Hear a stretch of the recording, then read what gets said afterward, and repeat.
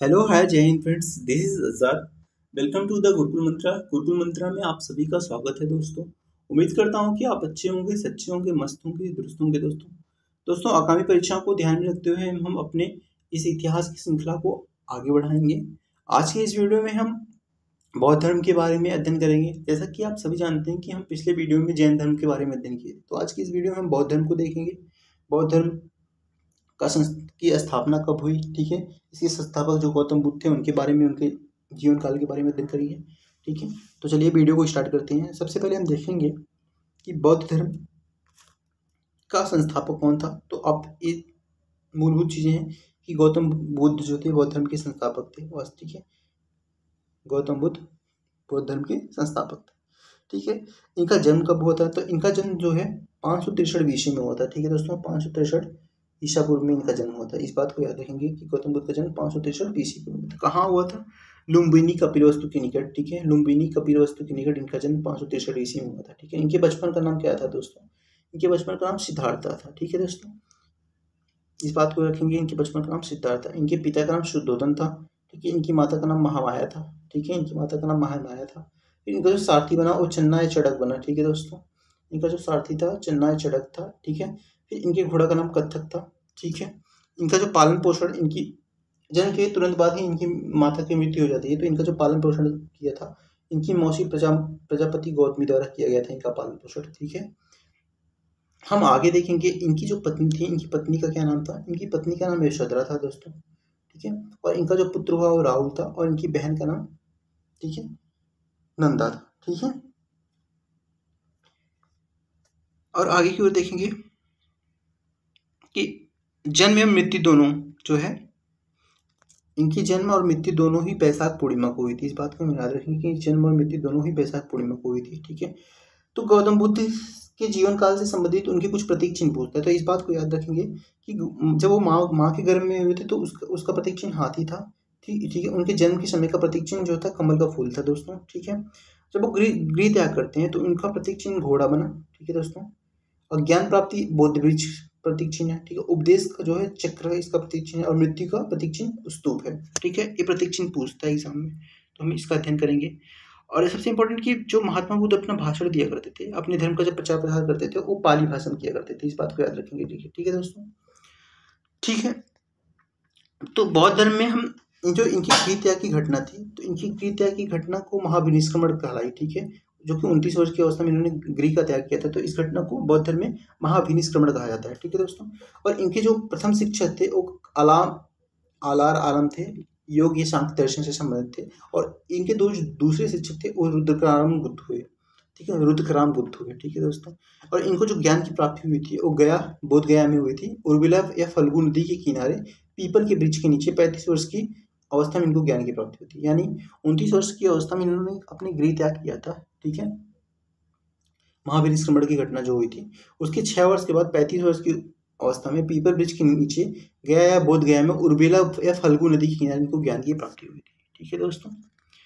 फिर इनके जो शिष्य थे, इनके 2 शिष्य हुए। इनके प्रथम शिष्य का नाम तपस्वी था, और इनके प्रथम शिष्य का नाम तपस्वी और मलिक था, ठीक है। और इन्होंने जो पहला उपदेश दिया था जिसको हम धर्मचक्र परिवर्तन के नाम से फेमस हुआ, ठीक है, वो तो ये अपने अपना पहला उद्देश्य जो है सारनाथ में दिया था दोस्तों, ठीक है। और सर्वाधिक उद्देश्य इस श्रावस्ती में दिए थे, ठीक है दोस्तों। और इनकी जो मृत्यु थी 72 वर्ष की अवस्था में कुशीनगर में, मल्ल की राजधानी हुआ करती थी कुशीनगर, तो इनकी जो मृत्यु थी 72 वर्ष की अवस्था में कुशीनगर में हुई थी। और बौद्ध धर्म में मृत्यु को महापरिनिर्वाण कहा गया इनकी मृत्यु को, ठीक है। और इनमें बौद्ध स्तूप में 3 स्तूप होते थे, जिसमें चैत्य था। चैत्य बौद्धों का पूजा गृह हुआ करता था। और बिहार जो है बौद्धों का आराम गृह होता है, ठीक है। फिर स्तूप की बात करें तो स्तूप जो है बौद्ध समाधि हुआ करती थी, ठीक है दोस्तों। स्तूप जो है बौद्ध समाधि हुआ करती है, ठीक है, ठीक है। कुछ टाइम बाद फिर जो है आपका बौद्ध धर्म दोस्तों, बौद्ध धर्म आपका 2 संप्रदायों में बढ़ जाता है। एक हीनयान होता है, एक महायान, ठीक है दोस्तों। जैन धर्म जो है 2 संप्रदायों में बंटने के बाद एक हीनयान होता है और एक महायान होता है, ठीक है दोस्तों। एक हीनयान, एक महायान, ठीक है। हीनयान का शाब्दिक अर्थ होता है, इन दोनों के बीच में हम अंतर को कवर करेंगे। तो हीनयान का जो शाब्दिक अर्थ होता है वो निम्न मार्ग से, जबकि महायान का जो शाब्दिक अर्थ होता है वो उत्कृष्ट मार्ग से, ठीक है। इसमें महात्मा बुद्ध को, यानी हीनयान में महात्मा बुद्ध को एक पुरुष माना जाता है। लेकिन महायान वाले लोग इसको महात्मा बुद्ध को देवता मान लेते हैं। ठीक है, तो जो हीनयान था यह व्यक्तिवादी धर्म था। इसके अनुसार प्रत्येक व्यक्ति को अपने प्रयत्नों से ही मोक्ष का प्राप्त होता है। ठीक है, लेकिन जो महायान के लोग थे ये परोपकार एवं परसेवा पर बल दिया करते थे और इसका उद्देश्य समस्त मानव जाति का कल्याण करना हुआ करता था। ठीक है दोस्तों, और हीनयान के लोग मूर्ति पूजा एवं भक्ति में विश्वास नहीं करते थे, लेकिन ये जो महायान के लोग थे ये आत्मा एवं पुनर्जन्म में विश्वास करते थे। ठीक है दोस्तों, हीनयान की साधना पद्धति जो थी अत्यंत कठोर हुआ करती थी। यह भिक्षु जीवन पर समर्थक थे, लेकिन जो महायान था इनका सिद्धांत सरल एवं सर्वसाधारण हुआ करता था, बहुत ही सुलभ हुआ करता था। ठीक है दोस्तों, इनका आदर्श जो है अरहत पद को प्राप्त था, लेकिन इनका आदर्श बोधिसत्व को प्राप्त था। ठीक है, इनके प्रमुख संप्रदाय जो थे हीनयान के वो वैभाषिक और तांत्रिक थे। ठीक है, और इनके जो प्रमुख संप्रदाय हुए महायान के वो शून्यवाद यानी माध्यमिक था और विज्ञानेश्वर योगाचार पर आधारित था। ठीक है दोस्तों, इन अंतरों को याद रखेंगे। फिर हम बौद्ध संगीतियाँ बहुत ही मस्ट है दोस्तों, अक्सर एग्जाम में बौद्ध संगीतियों से पूछता रहता है। तो बौद्ध संगीतियाँ तो कुल 4 बौद्ध संगीतियाँ हुई। ठीक है, पहली बौद्ध संगीति कब हुई थी? वो 483 ईसा पूर्व में, ठीक है, राजगिरी में हुई थी। इस टाइम के शासक अजातशत्रु थे। ठीक है, और इसके अध्यक्ष महाकश्यप हुए। ठीक है दोस्तों, इन बातों को याद रखेंगे, बहुत इंपॉर्टेंट है। प्रथम बौद्ध संगीति 483 ईसा पूर्व में। ठीक है, इस टाइम के शासक जो है आपके राजगिरी हुए और यहाँ के जो अध्यक्ष किसकी अध्यक्षता में हुई थी? महाकश्यप की अध्यक्षता में हुई थी और अजातशत्रु इस टाइम के शासक थे। ठीक है, इन बातों को याद रखेंगे। फिर जब द्वितीय बौद्ध संगीति 100 साल बाद हुई 383 ईसा पूर्व में। ठीक है, ये वैशाली में होती है और ठीक है इसके जो शासक हुए थे कालाशोक हुए थे और इसका जो अध्यक्ष हुआ था सुबुकामी हुआ था। ठीक है दोस्तों, फिर तृतीय बौद्ध संगीति जो है 247 ईसा पूर्व में पाटलिपुत्र में होती है। इसके अध्यक्ष जो है मोगलीपुत्र शिष्य होते हैं। ठीक है, आजीवक संप्रदाय के संपादक माने जाते हैं दोस्तों, और इनका जो शासक था वो अशोक के शासनकाल में तृतीय बौद्ध संगीति हुई थी।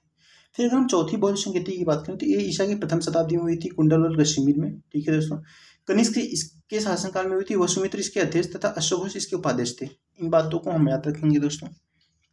फिर हम नेक्स्ट बौद्ध ग्रंथ के समय उनके कुछ रचनाकार, कुछ बौद्ध ग्रंथ हैं और उनके इंपॉर्टेंट रचनाकार हैं, उनको हम देखेंगे दोस्तों। जैसे आप देख सकते हैं मिलिंद पानो, तो मिलिंद पानो के रचनाकार कौन थे? वो नागसेन थे। इस बात को याद रखेंगे। आप देख सकते हैं बुद्धचरित सौंदरानंदन और शारिपुत्र प्रकरण, इसकी रचना अश्वघोष ने की थी। माध्यमिक कारिका की रचना नागार्जुन ने की थी। विशुद्धिमक की रचना बुद्धघोष ने की थी और अभिधम कोश की रचना वसुबंध ने। ठीक है, तो हम बौद्ध धर्म के बारे में इतना अध्ययन करेंगे। ठीक है दोस्तों, चलिए, thank you so much, thank you for watching the video.